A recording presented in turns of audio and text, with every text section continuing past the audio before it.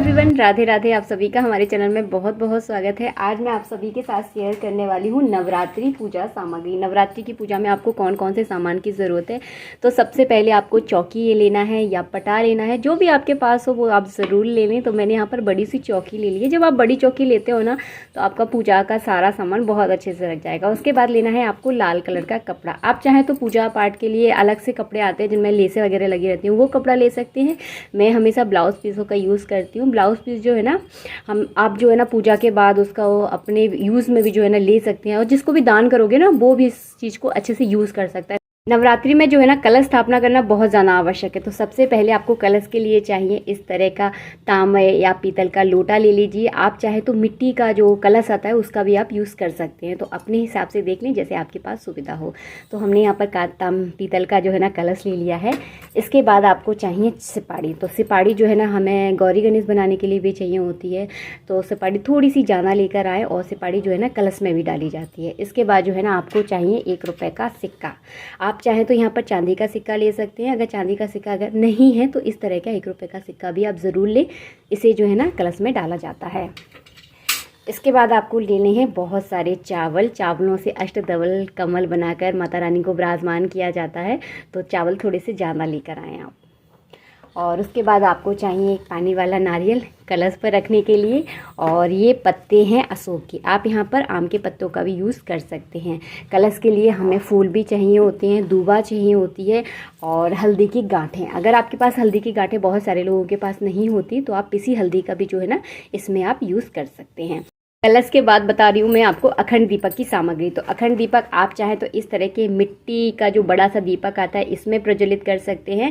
थोड़ा संभालने की दिक्कत रहती है, उसका तरीका भी मैं आपको बताऊंगी। तो इस तरह से जो है ना मिट्टी का दीपक आता है, इसमें आप अखंड दीपक जला सकते हैं। आपके पास इस तरह की पीतल का अखंड दीपक है जो कि बहुत बड़ा भी आता है। मैंने आपको छोटा यहाँ पर दिखा रही हूँ। तो इस तरह का अखंड दीपक भी जो है ना आप जलाकर माता रानी के सामने रख सकते हैं। अखंड दीपक की थोड़ी सी देख रेख ज़्यादा हो जाती है। आप चाहें तो अखंड दीपक कलावे से बना सकते हैं। आप चाहें तो रुई जो कि कॉटन आती है आप इससे भी बना सकते हैं।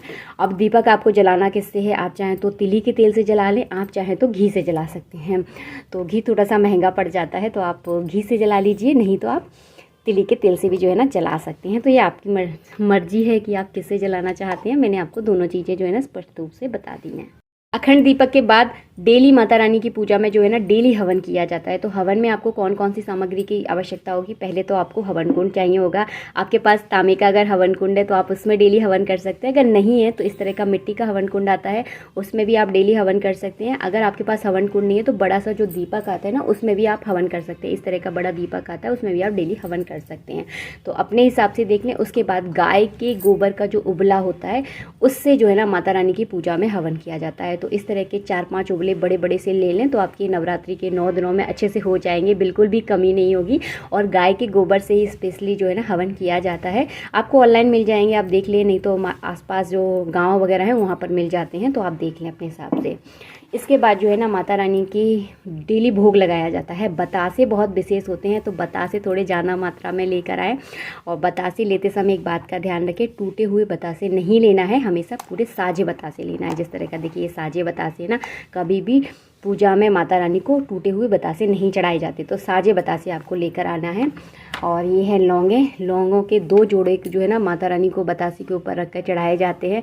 पिछले के वीडियो आप देखेंगे तो आपको सारी चीज़ें समझ में आ जाएंगी।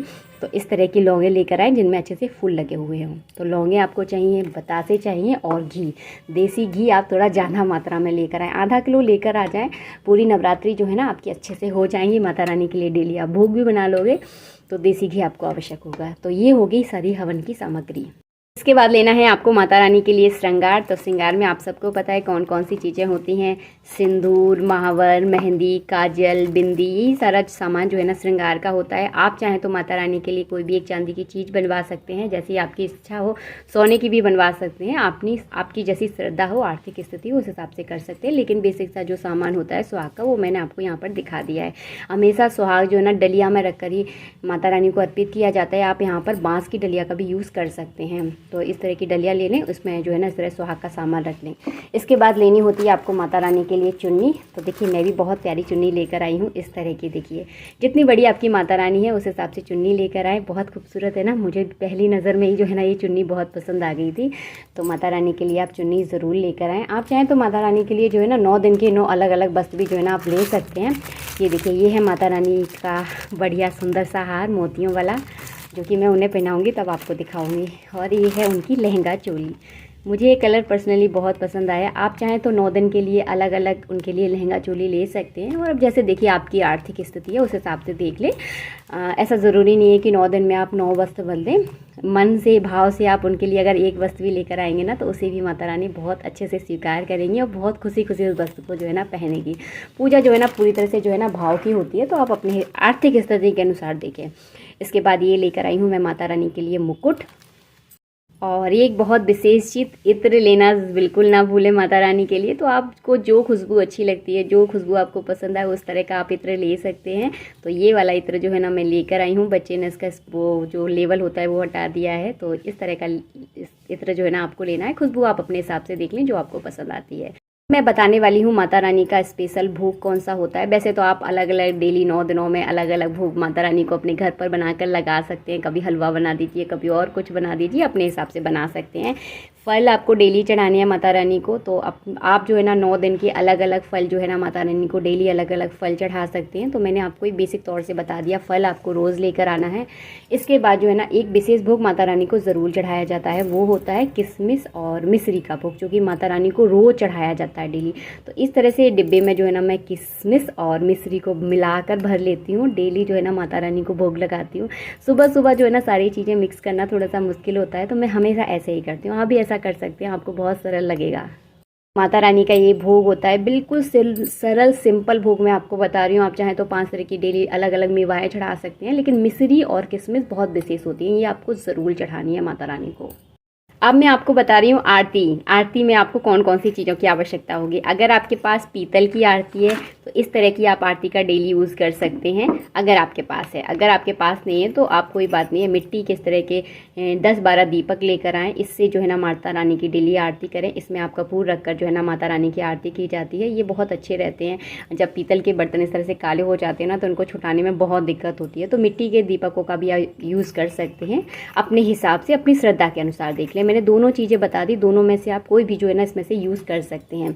इसके बाद आपको लेना है कपूर जो छोटे छोटे से पीसेस में आते हैं ना, वो कपूर बहुत अच्छे रहते हैं आरती के लिए, क्योंकि माता रानी की पूजा में जो है ना आरती जो है ना कपूर से ही की जाती है। तो इस तरह का आप कपूर का एक बड़ा सा पैकेट ले लें, 9-10 दिन आराम से चलेगा।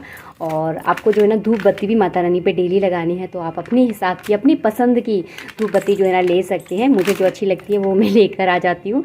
तो धूप बत्ती आपको ज़रूर चाहिए। तो ये बाद जो है ना आपको जनेऊ ज़रूर लेने हैं। गणेश जी पर कलश पर चढ़ाने के लिए आपको जनेऊ की आवश्यकता होती है, तो आप इस तरह से जनेऊ ले लें। आप चाहें तो पहले दिन चढ़ा सकते हैं, आप चाहें तो रोज़ भी जो है ना जनेऊ चेंज कर सकते हैं, तो आपकी मर्जी। अगर रोज़ जनेऊ चेंज करना चाहते हैं तो थोड़ा ज़्यादा मात्रा में लेकर आएँ। अगर पहले और आखिरी दिन चढ़ाना चाहते हैं तो 4-5 जनेऊ पर्याप्त होंगे। तो इस तरह से आप जनेऊ ले लें।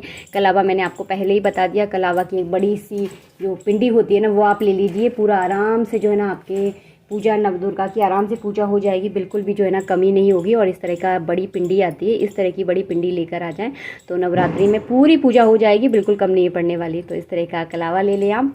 और उसके बाद जो है ना गूगल लेना है। गूगल जो है ना घर में जब आप हवन करते हैं डेली माता रानी का, तो उसमें थोड़ा सा आप गूगल डाल दें। मैं आपको थोड़ा दिखा देती हूँ।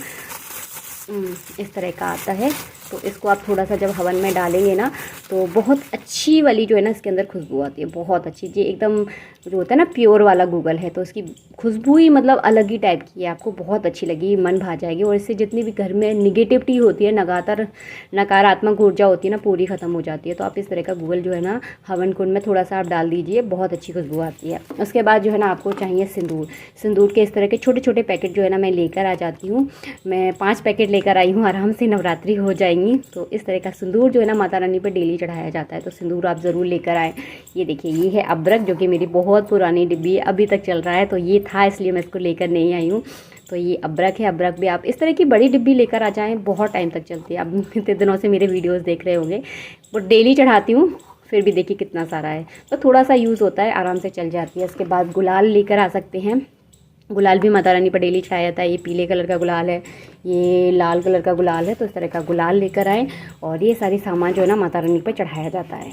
अब लास्ट में दिखाने वाली हूँ मैं अपनी माता रानी को। तो देखिए ये है हमारी माता रानी। शरद नवरात्रि में जो है ना माता रानी की मूर्ति अपने घर में लाई जाती है। तो अगर आप लाना चाहते हैं तो शरद नवरात्रि में आप माता रानी की मूर्ति ज़रूर लेकर आएँ। अगर आपके पास पहले से धातु की मूर्ति है तो आपको मूर्ति लाने की आवश्यकता नहीं है। उस धातु की मूर्ति की भी जो है ना आप पूजा कर सकते हैं। अगर आपके घर के मंदिर में कोई ऐसी तस्वीर है माता रानी की तो उस तस्वीर को रख कर भी जो है ना आप पूजा कर सकते हैं।